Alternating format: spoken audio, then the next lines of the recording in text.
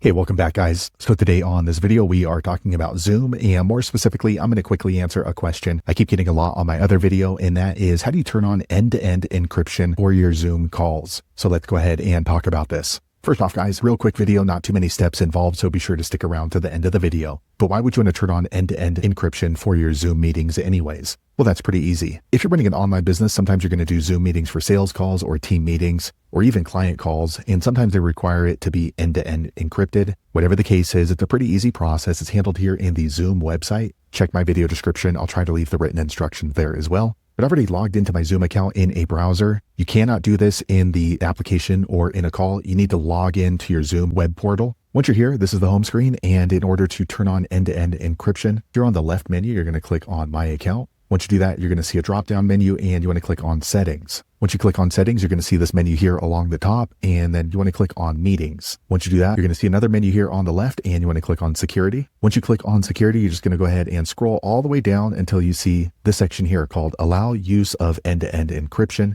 They do give you a little bit of information on what it means. They also let you know that some of the features are going to be disabled if you turn this on, such as phone dial-in and also cloud recording. If you're okay with that, go ahead and check this box. You can see it's gray right now, but when we click it, it should turn blue, and that's going to turn on end-to-end encryption. So there you have it, guys. If you're wondering how to turn on end-to-end encryption for your Zoom calls, that's the easiest way I know how to do it. If you know an easier way, be sure to leave a comment below. Let the rest of us know how you did it. Hopefully you found that video useful. If so, click thumbs up, or maybe consider subscribing to my channel, and I hope to see you on the next video. Thanks again for watching.